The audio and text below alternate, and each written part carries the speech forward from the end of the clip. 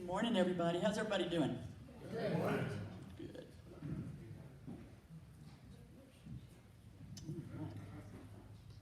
So we are continuing in our series today on Love Is, and I think this is just such a great series to start the new year off with, because it was just like we were singing, in that song about how worthy the Lord is. It was talking about how love is the foundation, right? It's the foundation of everything. Everything we are, everything we do. It's the foundation of the world, because love is God, and God He's everything. And I just think I just love this idea, Chaz and Heather, that you're doing this series now. I just think it's a great way to start the new year off in our church, because we'll be establishing love as our foundation, and then we can build on that as we go through the year. And just remember, it's just like the first part of Corinthians 13 talks about. It says, no matter what you do, no matter how astounding you are in what you do or what you say or what you are, if it is not birthed out of God's love, you're wasting your time, right? And I don't know about you, I don't like wasting my time. So let's jump right in today, and let's talk some more about love. And that worship service was like just the perfect segue, to bring us on into God's love and His presence. That was just powerful, and just it just baptized us in God's love this morning. So let's just further receive from Him. I want to pray just for a moment here. Lord,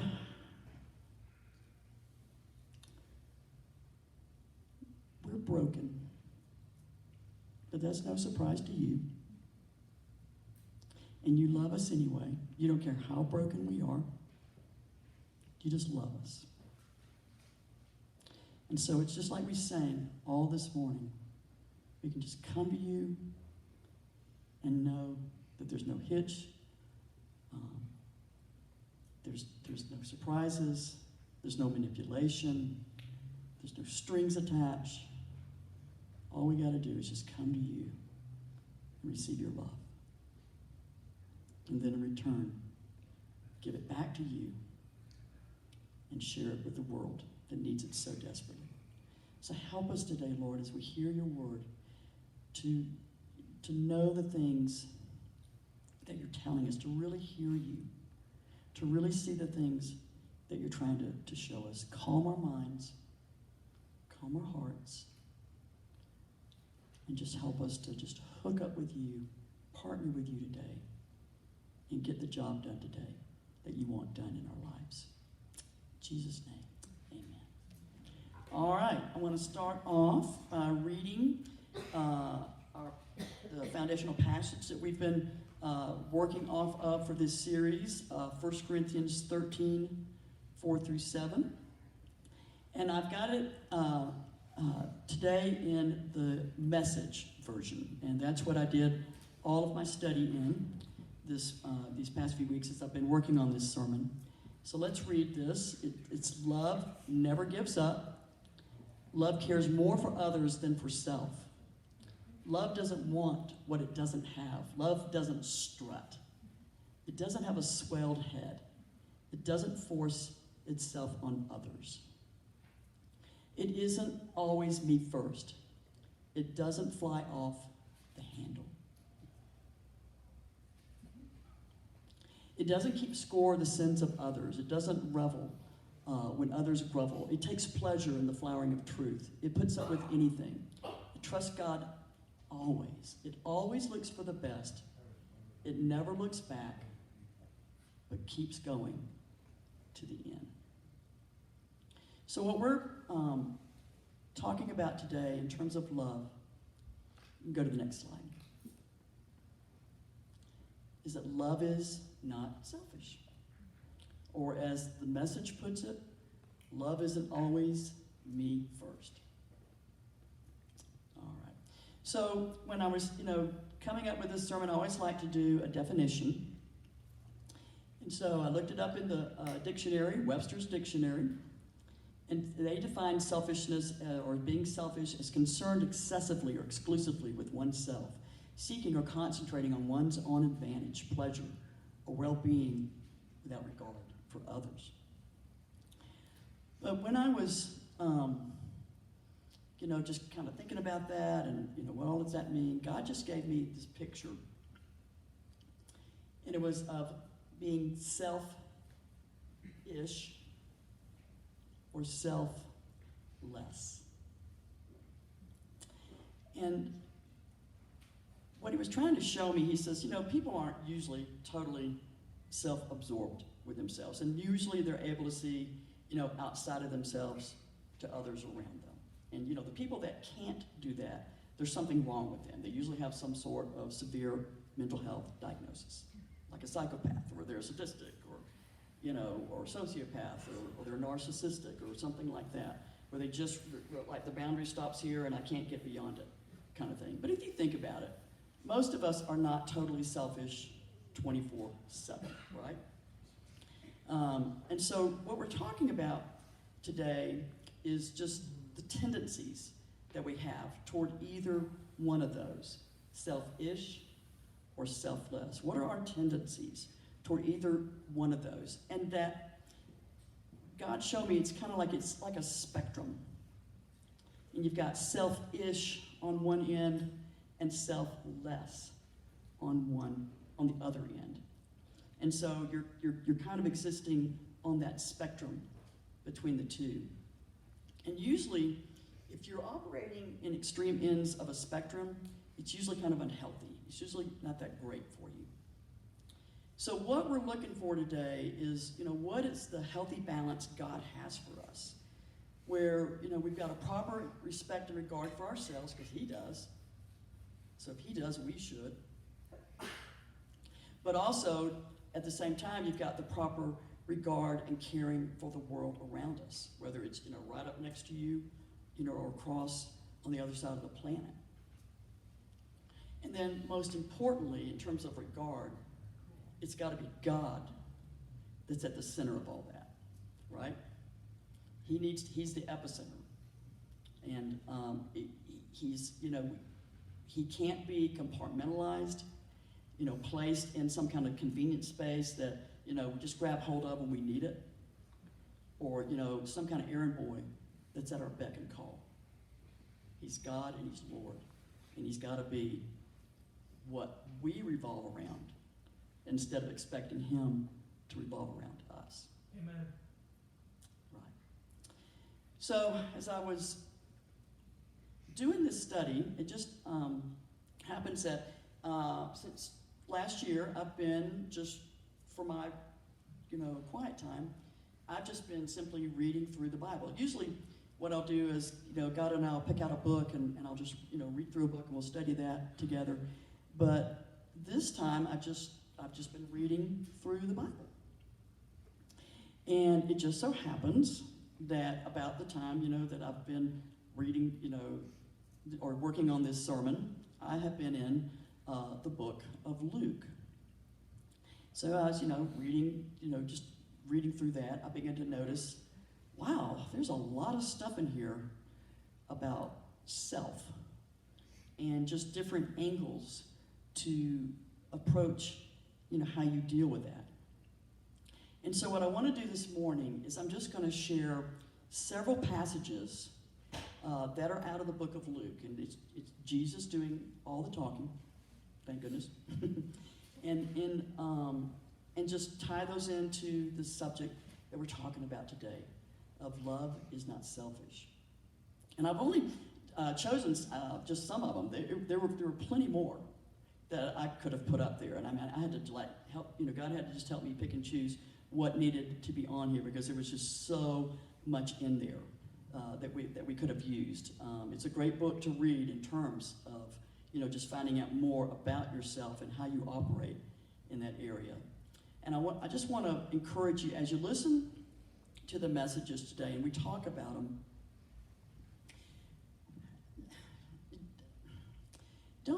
don't beat yourself up.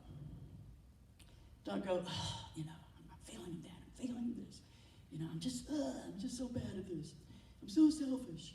Don't beat yourself up. Don't let Satan trick you into that, because that's what he loves to do. He loves to just, again, it's putting your eyes, it's really, in a way, putting your eyes back on yourself. Where he doesn't, he'll do anything to get your eyes off of God, where your hope and your source of solutions are.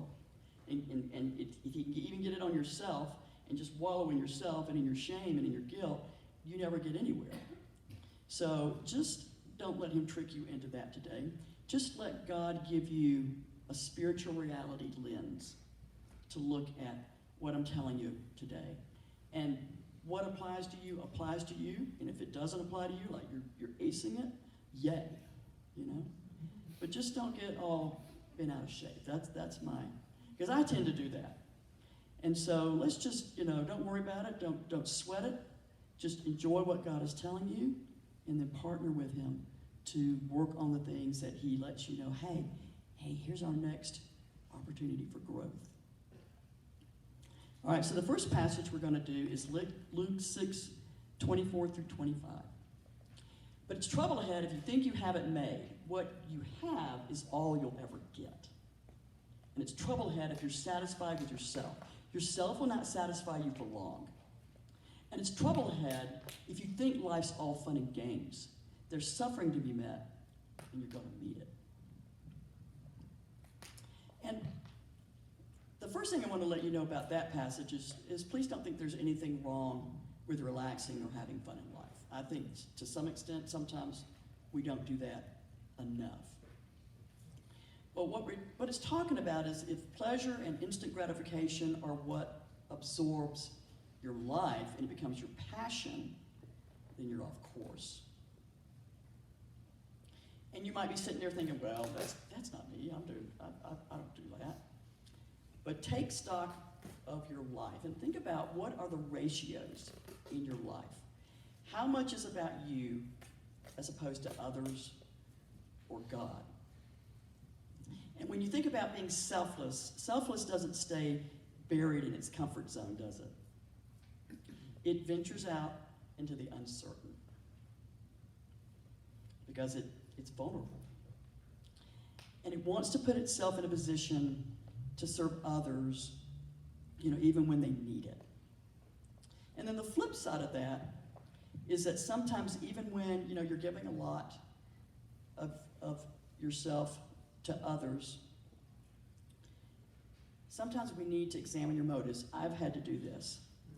Because sometimes what I'm really doing is I'm really kind of strutting the stuff to see if I can't get some kind of recognition or praise. And man, I just, fluff up like a peacock when somebody does that. Oh yeah, And Jesus talked about that. He talked about that with the Pharisees, about, you're praying and taking the head seat and doing all this stuff to make yourself look good.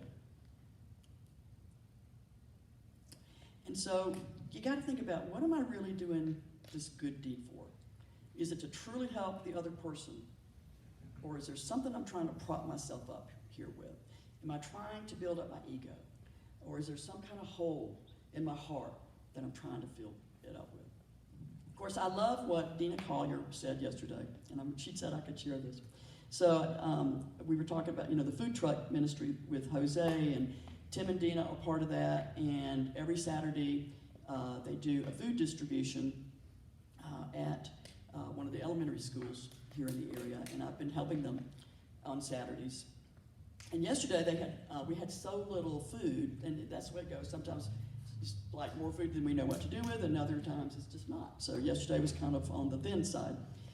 So they had decided to go just to Safeway and just buy several packs of hot dogs, just so they could have like some meat to hand out. And some lady asked Tim in the store if, hot dogs were on sale, and then he just explained to her, what he was doing. And she was like, oh, she thought it was so great. And then Dina got to talking about, she says, I used to get all, upset about, trying to, if I would tell people what I was doing that was good, I couldn't work around the fact that I felt like I was bragging.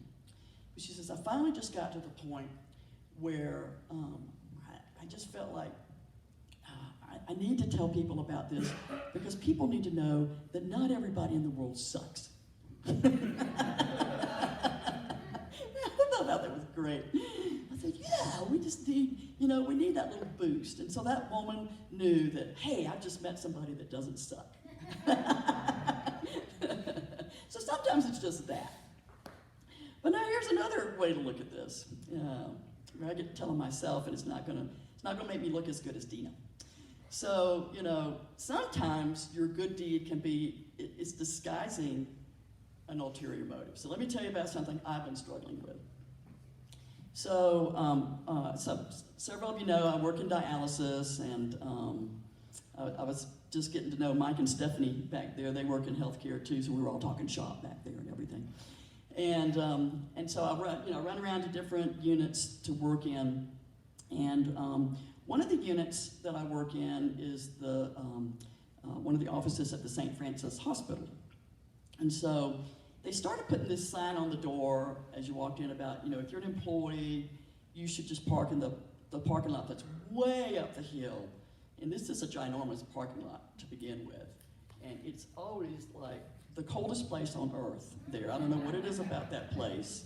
It's freezing, the wind is always blowing 100 miles an hour, and so you're desperate to get as close as you can to the building. And so my first thought when I would see those signs was, I'm not doing that, because for one thing, there were plenty of parking places that I could see that we all could be parking in, and so I just thought that was ridiculous. And so some of you know that in December, I hit a deer and had to get a new car. And the car I had been driving was a 2008, and I exchanged it with a 2021, so a very nice car. Well, now all of a sudden, all I can think about is where can I park where no other cars are? Because I don't want my baby to get, which is named Tiffany, by the way, after the sales girl that sold me the car. She was so wonderful. And so, I gotta protect Tiffany, right? So now, all of a sudden, I'm all willing to park up in that far parking lot. And I'll go even farther back in it to stay away from the cars. So it looks like I'm one of those nice employees that's, parking so that, the sick people can, have a way to, park closer. And that's not it at all. I'm just protecting Tiffany. And, last week, God was having a conversation with me just about this, all the way into the building.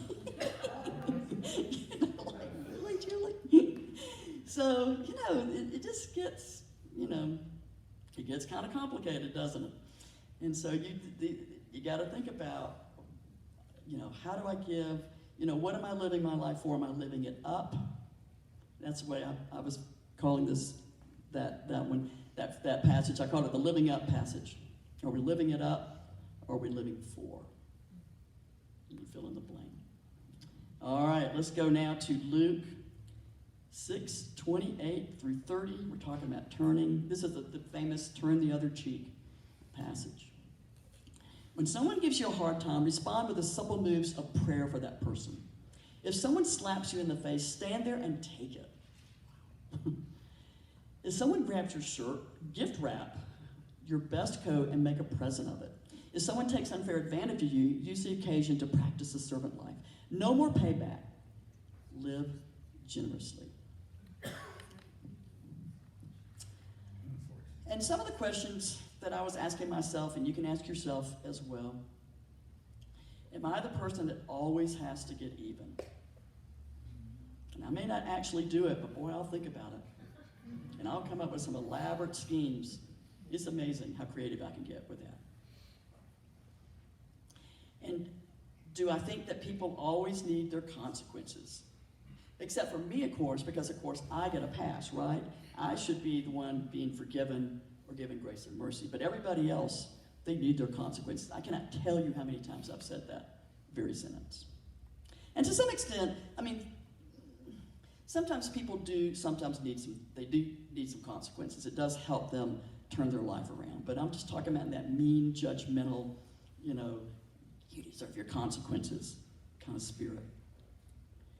Do I see myself as a person who self-righteously metes out justice? Oh, yeah.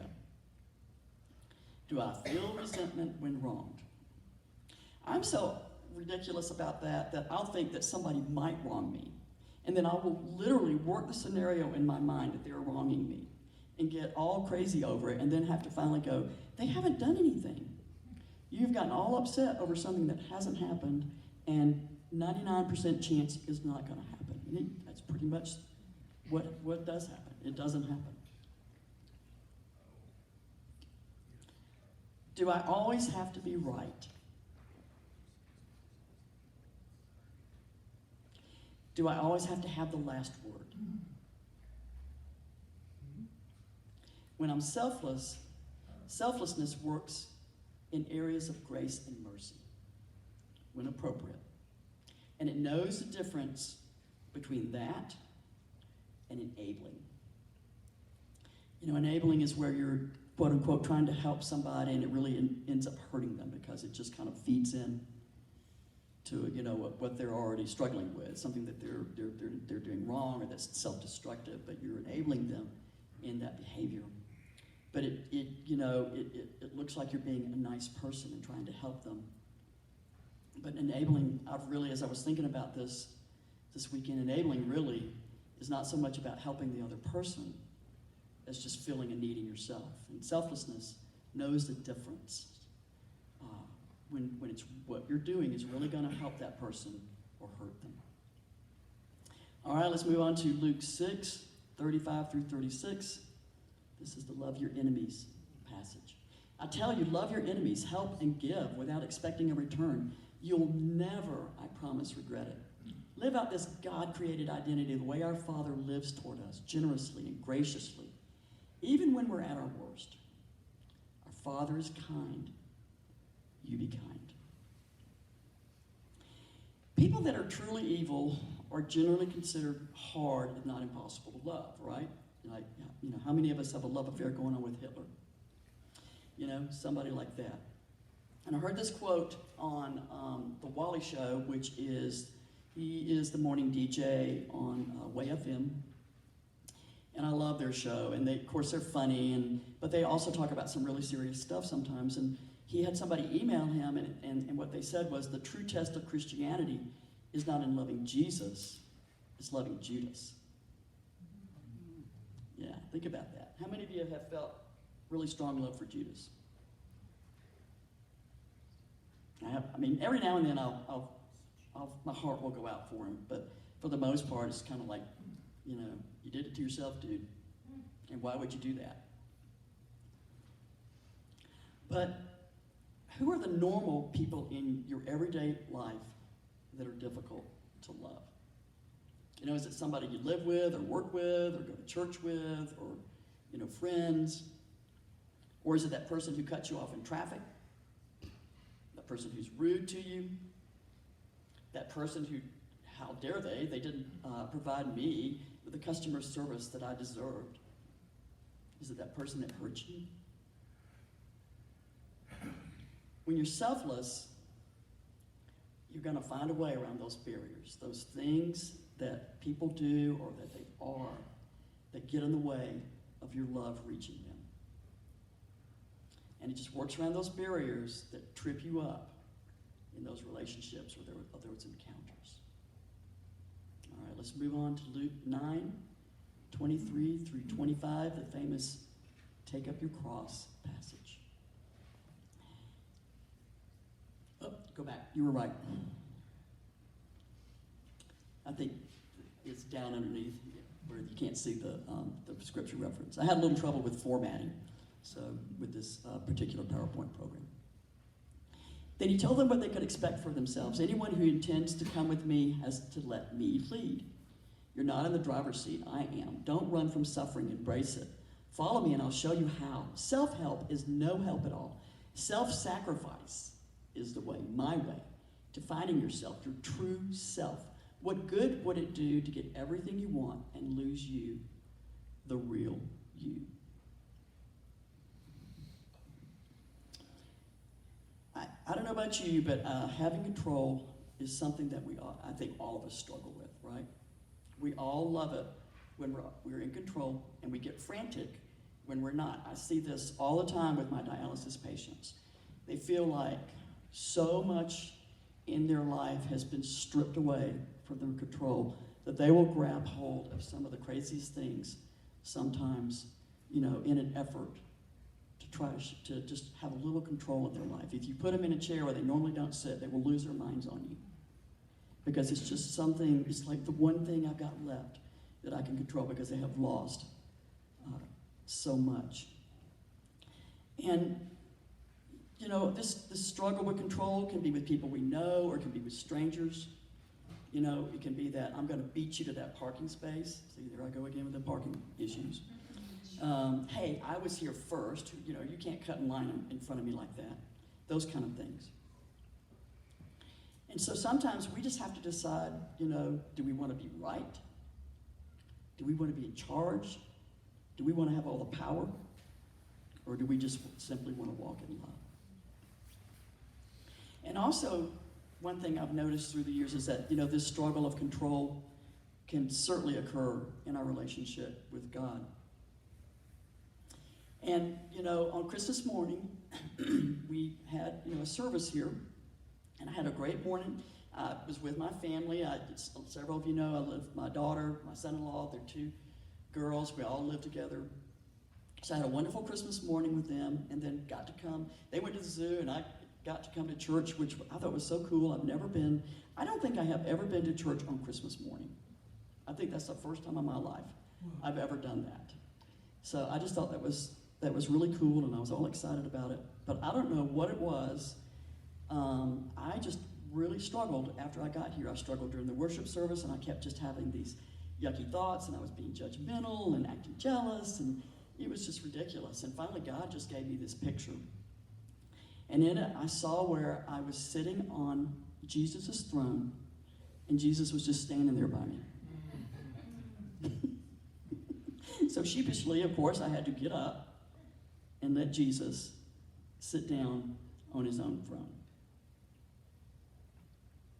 The person who's selfless is, first of all, not going to be sitting in Jesus' throne. They're willing to let go, to give things up, to do without, in order to be the kind of person people need. It's just like the passage says up there. That's when you're giving it up, that's when you find the true self that God has planned for you. That's your real self. The one that surrenders, the one that gives it up. When you lose your life, that's when you find your life. And when you try to grab hold of your life, that's when it's going to just slip through your fingers. All right, let's keep going here. Luke 9, 46 through 48. They started arguing over which of them would be most famous. When Jesus realized how much this mattered to them, he brought a child to his side. Whoever accepts this child as if the child were me, accepts me, he said. And whoever accepts me accepts the one who sent me. You become great by accepting, not asserting. Your spirit, not your size, makes the difference. We all love to be number one, don't we? I know I do. I can be very competitive. We like to be the best. We want to be the most accomplished. And there's nothing wrong if you make it, you know, to the number one spot of whatever it is you're trying to get to, as long as you do it in a way that's, you know, honest, humble, godly, that sort of thing. But how often do we do things, you know, that puts ourselves in a position to gain the advantage?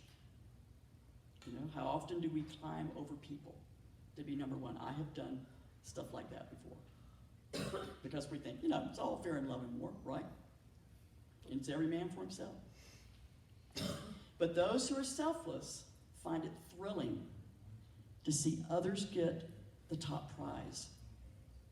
And they find it even more thrilling to be a part of that journey. A few years ago, God started talking to me about, of course, as I'm getting older, he says, you know, you're getting older. Thanks for reminding me. And he says, I want you to begin to, you know, kind of step down, step out of the way. Give room for younger ones coming up after you to take more of the lead so that they can have, you know, some of the experiences that you've had. And, you know, he especially was talking to me about that here because I really have more of a choice here. But even at work, he began to give me that mentality. I was fine at work. I was thrilled. I had been pushed into leadership at work, and I didn't want to be in it again. So I was thrilled, like, yeah, come do it. But here at church, it was a little different. And at first, I felt a little intimidated, a little threatened by it. But then, he just began to show me that, you can be a part of that journey that they're going to be on. You've got the wisdom, you've got experience. You can be there to mentor them and help them. Same thing at work. I work for, I have, supervisors that are all like people that could be my kids. And I know that bothers some people in the workplace, but it doesn't bother me because I just love being a part of their growth. And I love being there to support them and help them and encourage them and just be their friend and just be their ally. And so, that's what Jesus is talking about here. You're accepting, you're giving, you're not stepping on people's heads. You're helping them instead get to that position where he wants them to be at. And when you do that, you get a part of the joy and the reward that comes from that accomplishment. All right, let's move on here. Luke 10, 25 through 29, the Good Samaritan.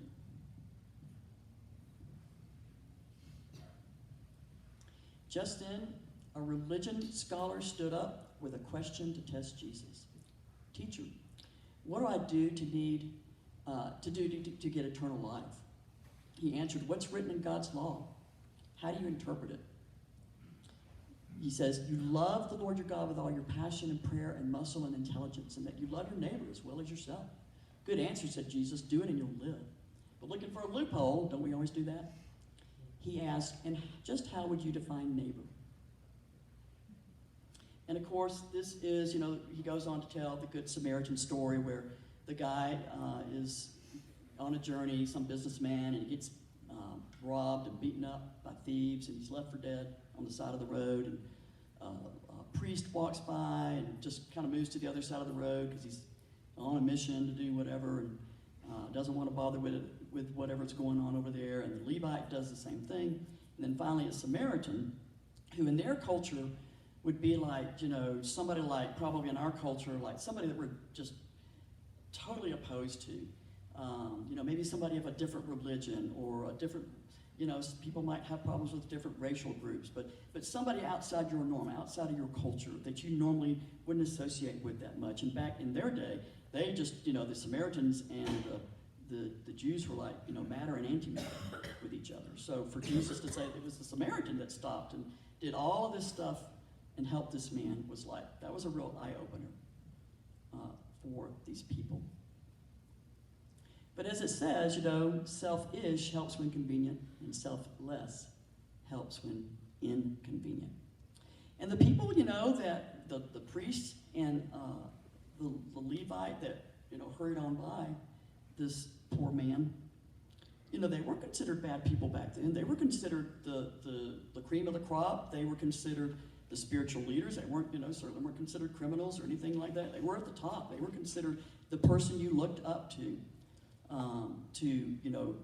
be guided in your spiritual life. They were the spiritual people. But in their zeal to fulfill their spiritual duties, unfortunately they missed the most important one that God had placed right under their noses that day. And how often do we miss God-given opportunities to change the world because we're so busy doing our duty, right? Or even worse, our to-do list, right? I'm on an errand. I got to get this done. Your to-do list could be spiritual or just whatever, your everyday life. And, we love to do things like give to missions all over the world while ignoring the person living right next door. Because I think, to some extent, it's easier. You don't have to be so vulnerable. It doesn't have to be so messy. I don't have to take up so much time to do it. It's just easy peasy. I can just put my check in the mail and it's all done. And now I can go on with my life. So as the question goes, who's our neighbor? Is our neighbor the one that's convenient the person that we feel comfortable helping? Or is it the one that God places in our path? And selfless is not going to care if it's inconvenient, if it's uncomfortable. Remember what I said before, selfless goes out of its comfort zone. It goes into the strange land that it's not used to dealing with, because it's operating in love. Let's move on now to Luke 12, 16 through 21, the rich fool. He told him this story. The farm of a certain rich man produced a terrific crop. So he thought to himself, what can I do? My barn isn't big enough for this harvest. Then he said, here's what I'll do. I'll tear down my barns and build bigger ones. Then I'll gather in all my grain and goods, and I'll say to myself, self, you've done well. You've got it made and can now retire. Take it easy and have the time of your life.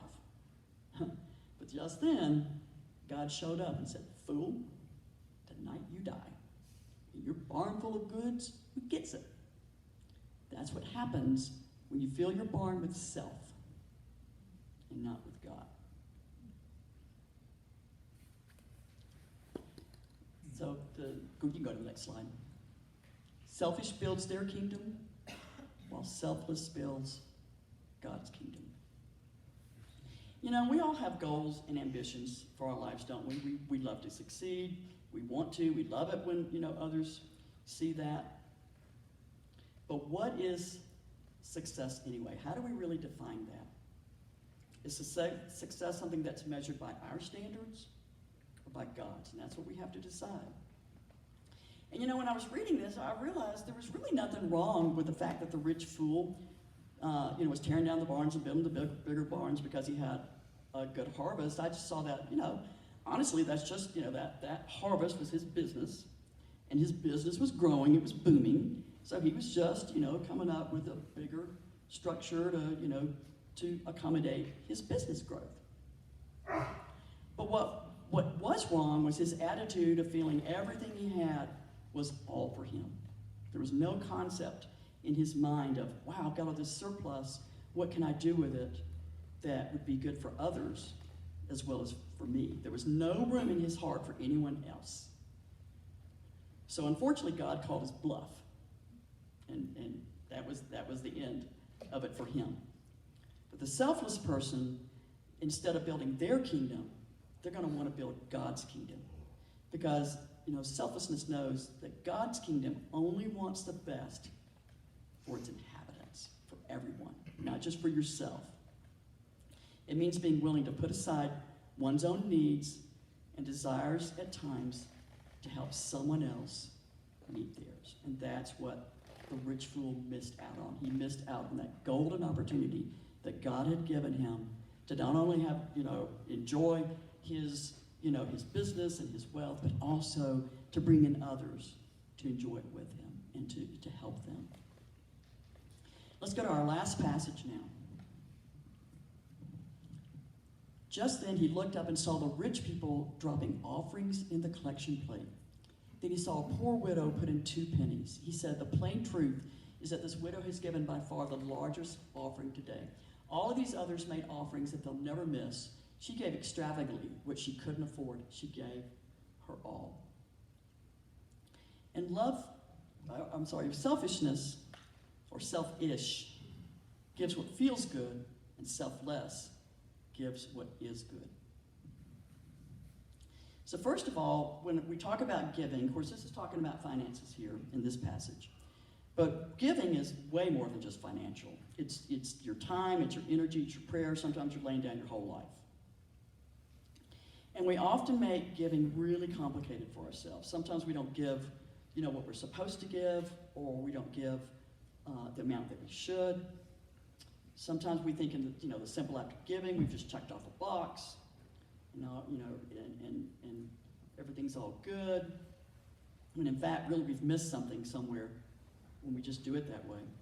Sometimes we're giving and we just are thinking, we're just patting ourselves on the back, and we're thinking we're just so wonderful because we gave and did that, whatever it was that we did.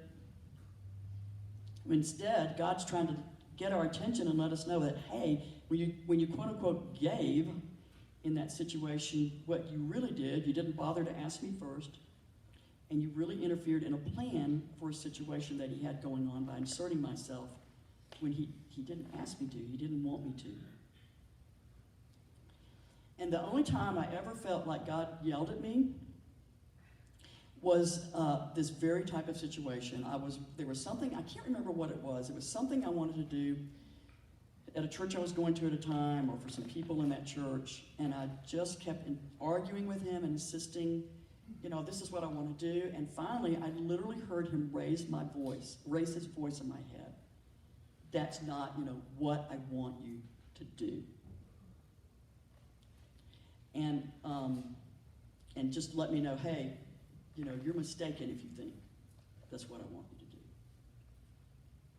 Are you one of those people like me who can really run around just all willy-nilly thinking that I'm there to save everybody around me? Well, newsflash for me and all the rest of you, the job of Savior is already filled. We don't need to go fill it. I don't want you in that role, and you don't want me in that role. Jesus is the only applicant suitable for that job. So when you're truly selfless, you're going to deny yourself that indulgent, self-righteous feeling of being I'm the world's problem solver. There's a need, I'm going to take care of it. When in fact it's not God's plan for you to be. And I have, I have found this to be very hard for me. I'm a social worker, for one thing, it's kind of my job. But also I have the spiritual gift of service. So my bent is just run around and fill every need I can find.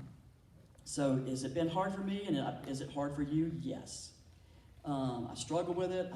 I really have had to just start working on the discipline of just trying to check in with God. And I'm not talking about you should open the door for this person. I mean, I'm not talking about stuff like that. But I'm talking about, where people have serious needs going on, or there's serious financial needs going on, and I'll think, yeah, I want to give, I want to take care of that need. But I have really had to learn to stop and talk to God.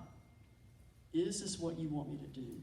Because he may have somebody else that he's wanting to grow in that area, to grow their faith, to help them be more obedient, to let them have the experience of the joy of giving in that situation. And if I rush in, fools rush in,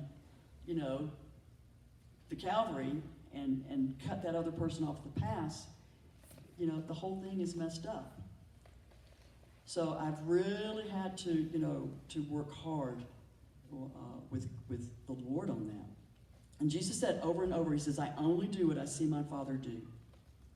And if Jesus has to do that, what about us? We need to be looking to see, what's our Father doing? What does he want us to do? And do it. And when it comes to giving, I talked about the selfless person gives what is good. Well, what's good? It's what God tells you to give. That's simply all it is. That's what's good. And when selfless gives, it gives glory to God, not itself. It doesn't worry about the consequences, it just obeys. It's just that simple. It doesn't have to be as complicated when we give like we make it out to be.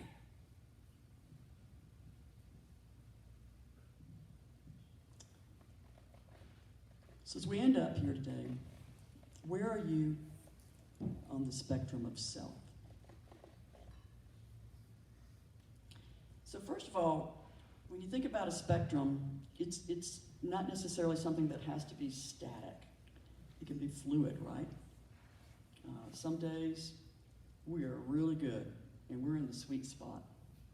And we're right where God wants us, and we're just living that selfless life, but not at the expense, not so much of an extreme that we just don't pay attention to ourselves and we think of ourselves as, something that's not to be loved or helped or grow. Again, like I said at the beginning, it's that good, healthy balance. So you're going to have your good days on the spectrum, and you're going to have your bad days. But January is, it's always that month where we do our inventory, isn't it? We look at our lives. We look at the year. We look at the last year, what I want to be different, what do I need to change, what needs to be better. So this is a perfect time, this is the perfect month to look at yourself on that spectrum. Where am I at? Where am I roaming on that spectrum? Am I kind of in a good area, or am I bouncing back and forth between the extremes? Where am I, and then where do I need to try to be? So I really just want to, as I end up today, just encourage you, take some time with God, celebrate with Him what's going right, and then, just get with Him on, He'll show you where the weeds of selfishness are and where you need to pull them up. And that'll give you more room for that selfless part of you to grow. And just my little reminder again, don't let Satan trick you. Don't let him get you to where you're groveling and full of guilt and shame. Oh, I'm so bad. No, you're just human. And every day with God is an opportunity for growth. So look at it that way and grow and find your place on that spectrum of self where He wants you to be. I want to pray. I want to go ahead and ask the worship team to come on up. We're going to worship a little bit. And if you feel like, hey, Julie, I just need, some prayer for this. There's maybe a particular one of these areas that I touched on that I'm really struggling with this. We have Heather and Jane and Steve, I think is going back, that you can pray with. And we'll just give a little time for that. And then if you don't need prayer, that's fine. You can worship. If you just want to turn to the person next to you that you know and that you trust and have them pray for you, that's fine. We're not that picky here. We just want you to get the help you need. And then I'm going to end it after that. I've got a great word I'm going to share with you that Jose shared that he got from the Lord to bless us with, and we'll get on with our day.